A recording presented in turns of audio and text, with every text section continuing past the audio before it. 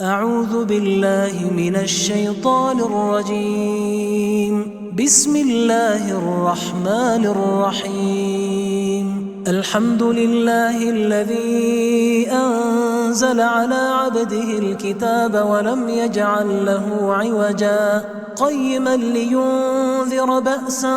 شديدا من لدنه ويبشر المؤمنين الذين يعملون الصالحات أن لهم أجرا حسنا ماكثين فيه أبدا وينذر الذين قالوا اتخذ الله ولدا ما لهم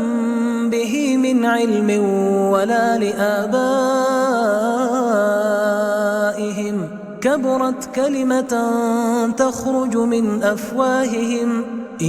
يقولون إلا كذبا فلعلك باخع نفسك على آثارهم إن لم يؤمنوا بهذا الحديث أسفا إنا جعلنا ما على الأرض زينة لها لنبلوهم أيهم أحسن عملا وإنا لجاعلون ما عليها صعيدا جرزا أم حسبت أن أصحاب الكهف والرقيم كانوا من آياتنا عجبا إذ أوى الفتية إلى الكهف فقالوا ربنا آتنا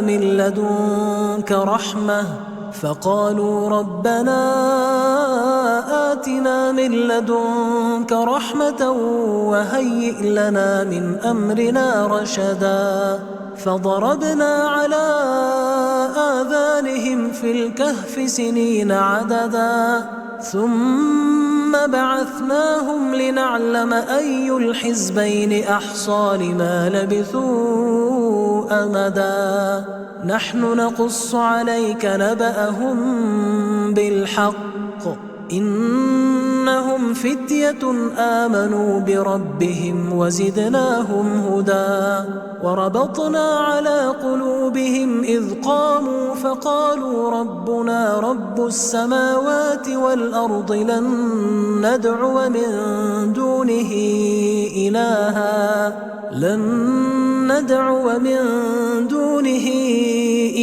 لقد قلنا إذا شططا هؤلاء قومنا اتخذوا من دونه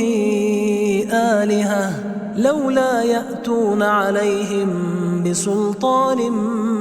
بين فمن أظلم ممن افترى على الله كذبا وإذ اعتزلتموهم وما يعبدون إلا الله فأووا إلى الكهف ينشر لكم ربكم من رحمته ويهيئ لكم من أمركم مرفقا وترى الشمس إذا طلعت تزاور عن كهفهم ذات اليمين وإذا غربت تقرضهم ذات الشمال وهم في فجوة منه ذلك من آيات الله من يهد الله فهو المهتد ومن يضلل فلن تجد له وليا مرشدا وتحسبهم أيقاظا وهم رقود ونقلبهم ذات اليمين وذات الشمال وكلبهم باسط ذراعيه بالوصيد لو اطلعت عليهم لوليت منهم فرارا ولملئت منهم رعبا وكذلك بعثناهم ليتساءلوا بينهم قال قائل منهم كم لبثتم قالوا لبثنا يوما أو بعض يوم قالوا ربكم أعلم بما لبثتم فبعثوا أحدكم بورقكم هذه إلى المدينة فلينظر أيها أيها أزكى طعاما فليأتكم برزق منه وليتلطف ولا يشعرن بكم أحدا إنهم إن يظهروا عليكم يرجموكم أو يعيدوكم في ملتهم ولن تفلحوا إذا أبدا وكذلك أعثرنا عليهم ليعلموا أن وعد الله حق وأن الساعة لا ريب فيها إذ يتنازعون بينهم أمرهم فقالوا ابنوا عليهم بنيانا ربهم أعلم بهم قال الذين غلبوا على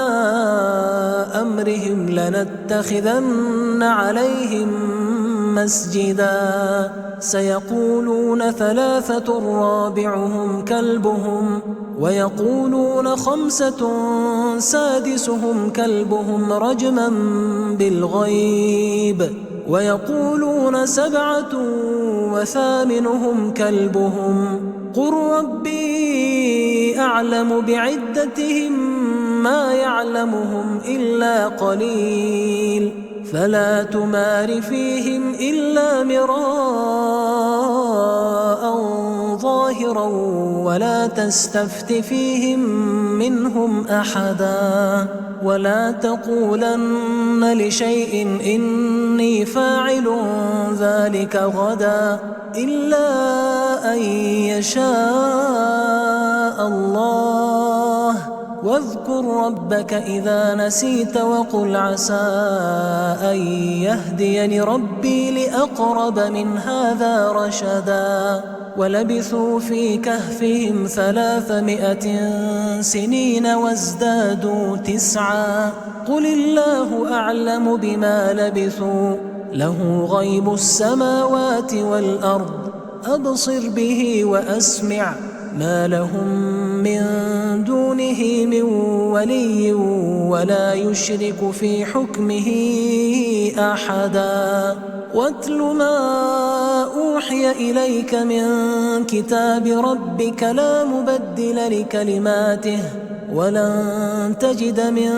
دونه ملتحدا واصبر نفسك مع الذين يدعون ربهم بالغداة والعشي يريدون وجهه ولا تعد عيناك عنهم تريد زينة الحياة الدنيا ولا تطع من أغفلنا قلبه عن ذكرنا واتبع هواه وكان أمره فرطا وقل الحق من ربكم فمن شاء فليؤمن ومن شاء فليكفر إنا أعتدنا للظالمين نارا أحاط بهم سرادقها وإن يستغيثوا يغاثوا بماء كالمهل يشوي الوجوه بئس الشراب وساءت مرتفقا إن الذين آمنوا وعملوا الصالحات إنا لا نضيع أجر من أحسن عملا أولئك لهم جنات عدن تجري من تحتهم الأنهار يحلون فيها من أساور من ذهب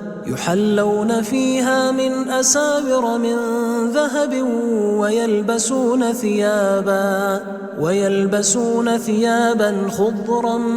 من سندس واستبرق متكئين فيها على الأرائك نعم الثواب وحسنت مرتفقا واضرب لهم مثل الرجلين جعلنا لأحدهما جنتين من أعناب وحففناهما بنخل وجعلنا بينهما زرعا كلتا الجنتين آتت أكلها ولم تظلم منه شيئا وفجرنا خلالهما نهرا وكان له ثمر فقال لصاحبه وهو يحاوره أنا أكثر منك مالا وأعز نفرا ودخل جنته وهو ظالم لنفسه قال ما أظن أن تبيد هذه أبدا وما أظن الساعة قائمة ولئن رددت إلى ربي لأجدن خيرا منها منقلبا قال له صاحبه وهو يحاوره أكفرت بالذي خلقك من تراب ثم من نطفة أكفرت بالذي خلقك من تراب ثم من نطفة ثم سواك رجلا لكن هو الله ربي ولا أشرك بربي أحدا ولولا إذ دخلت جنتك قلت ما شاء الله لا قوة إلا بالله إن ترني أنا أقل منك مالا وولدا فعسى ربي أن يؤتيني خيرا من جنتك ويرسل عليها حسبانا من السماء فتصبح صعيدا زلقا أو يصبح ماؤها غورا فلن تستطيع له طلبا وأحيط بثمره فأصبح يقلب كفيه على ما أنفق فيها وهي خاوية على عروشها ويقول يا ليتني لم أشرك بربي أحدا ولم تكن له فئة ينصرونه من دون الله وما كان منتصرا هنالك الولاية لله الحق هو خير ثوابا وخير عقبا واضرب لهم مثل الحياة الدنيا كماء إن أنزلناه من السماء فاختلط به نبات الأرض فأصبح هشيما تذروه الرياح وكان الله على كل شيء مقتدرا المال والبنون زينة الحياة الدنيا والباقيات الصالحات خير عند ربك ثوابا وخير أملا ويوم نسير الجبال وترى الأرض بارزة وحشرناهم فلم نغادر منهم أحدا وعرضوا على ربك صفا لقد جئتمونا كما خلقناكم أول مرة بل زعمتم أن لن نجعل لكم موعدا ووضع الكتاب فترى المجرمين مشفقين مما فيه ويقولون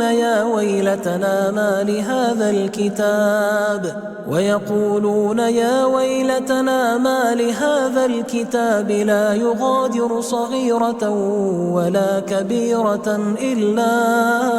أحصاها ووجدوا ما عملوا حاضرا ولا يظلم ربك أحدا وإذ قلنا للملائكة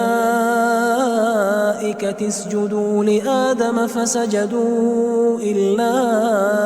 إبليس كان من الجن ففسق عن أمر ربه أفتتخذونه وذريته أولياء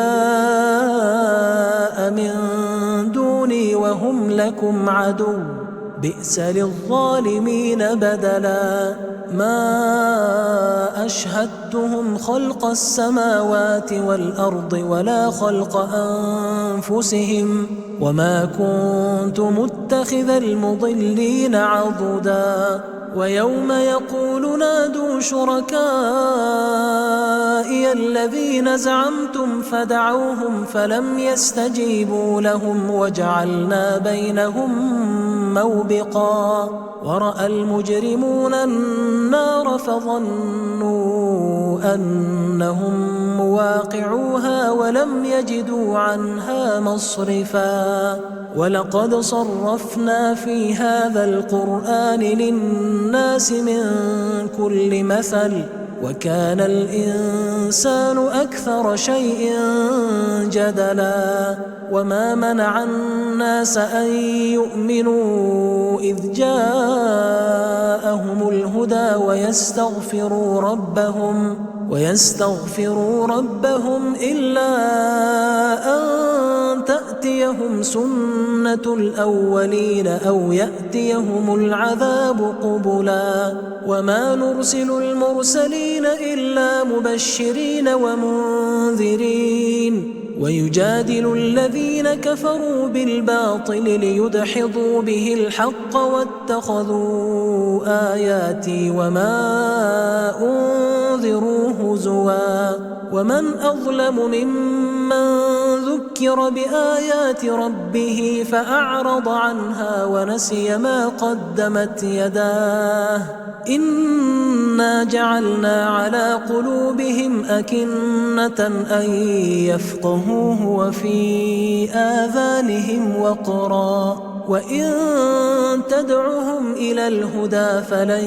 يهتدوا إذن أبدا وربك الغفور ذو الرحمة لو يؤاخذهم بما كسبوا لعجل لهم العذاب بل لهم موعد لن يجدوا من دونه موئلا وتلك القرى أهلكناهم لما ظلموا وجعلنا لمهلكهم موعدا وإذ قال موسى لفتاه لا أبرح حتى أبلغ مجمع البحرين أو أمضي حقبا فلما بلغا مجمع بينهما نسيا حوتهما فاتخذ سبيله في البحر سربا فلما جاوزا قال لفتاه آتنا غداءنا لقد لقينا من سفرنا هذا نصبا قال أرأيت إذ أوينا إلى الصخرة فإني نسيت الحوت وما أنسانيه إلا الشيطان أن أذكره واتخذ سبيله في البحر عجبا قال ذلك ما كنا نبغي فارتدا على آثارهما قصصا فوجدا عبدا من عبادنا آتيناه رحمة من عندنا وعلمناه من لدنا علما قال له موسى هل أتبعك على أن تعلمني مما علمت رشدا قال إنك لن تستطيع معي صبرا وكيف تصبر على ما لم تحط به خبرا قال ستجدني إن شاء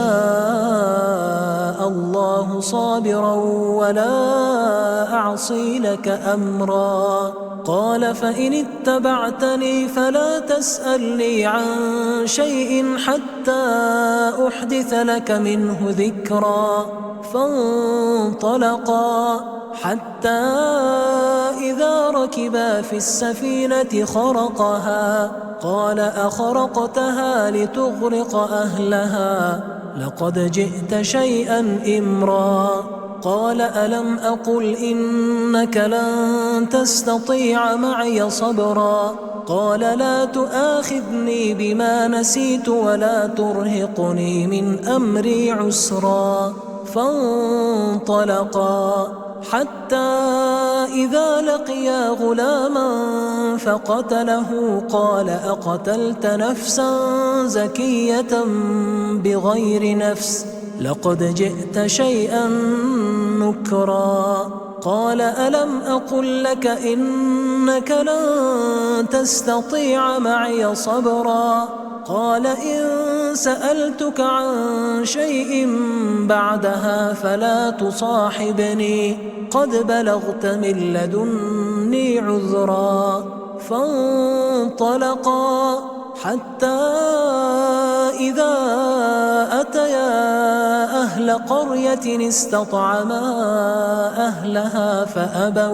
فأبوا أن يضيفوهما فوجدا فيها جدارا يريد أن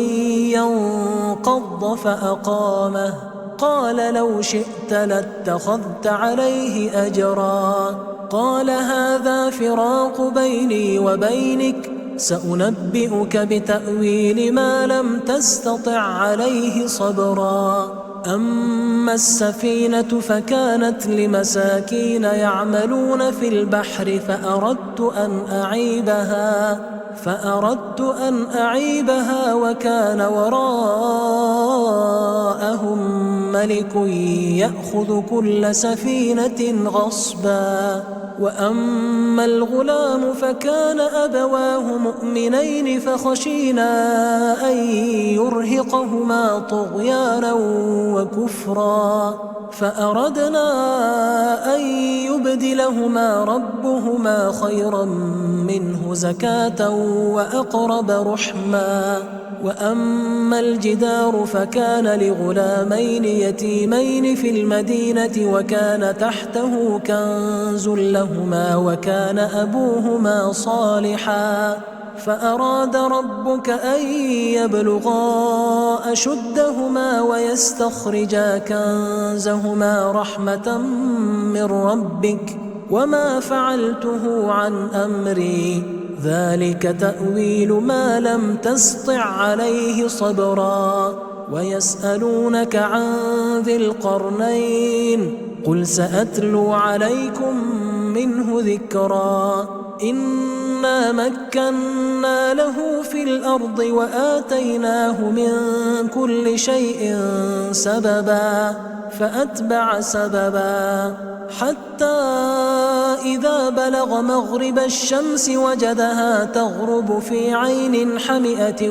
ووجد عندها قوما قلنا يا ذا القرنين إما أن تعذب وإما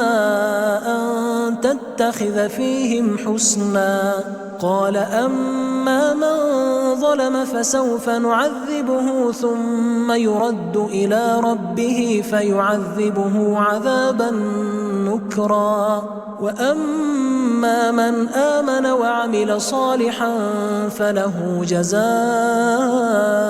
الحسنى وسنقول له من أمرنا يسرا. ثم أتبع سببا حتى إذا بلغ مطلع الشمس وجدها تطلع على قوم لم نجعل لهم من دونها سترا كذلك وقد أحطنا بما لديه خبرا. ثم أتبع سببا حتى إذا بلغ بين السدين وجد من دونهما قوما لا يكادون يفقهون قولا قالوا يا ذا القرنين إن يأجوج ومأجوج مفسدون في الأرض فهل نجعل لك خرجا على أن تجعل بيننا وبينهم سدا. قال ما مكني فيه ربي خير فأعينوني بقوة أجعل بينكم وبينهم ردما. آتوني زبر الحديد حتى إذا ساوى بين الصدفين قال انفخوا حتى إذا جعله نارا قال آتوني أفرغ عليه قطرا فما استطاعوا أن يظهروه وما استطاعوا له نقبا. قال هذا رحمة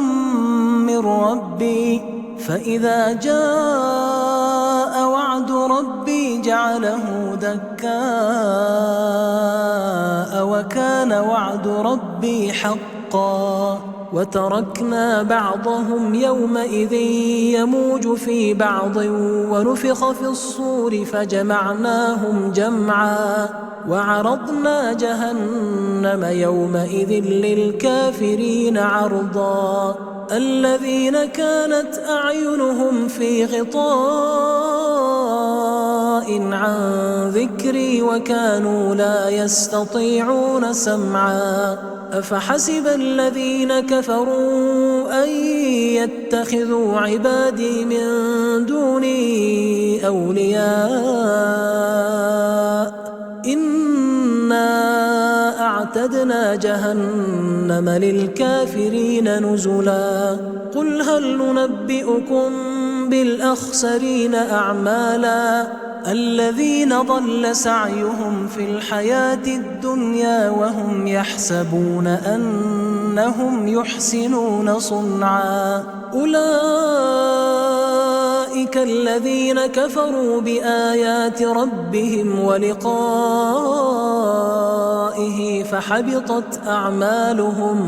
فحبطت أعمالهم فلا نقيم لهم يوم القيامة وزنا. ذلك جزاؤهم جهنم بما كفروا واتخذوا آياتي ورسلي هزوا. إن الذين آمنوا وعملوا الصالحات كانت لهم جنات الفردوس نزلا خالدين فيها لا يبغون عنها حولا. قل لو كان البحر مدادا لكلمات ربي لنفد البحر قبل أن تنفد كلمات ربي ولو جئنا بمثله مددا. قل إنما أنا بشر مثلكم يوحى إلي أنما إلهكم إله واحد فمن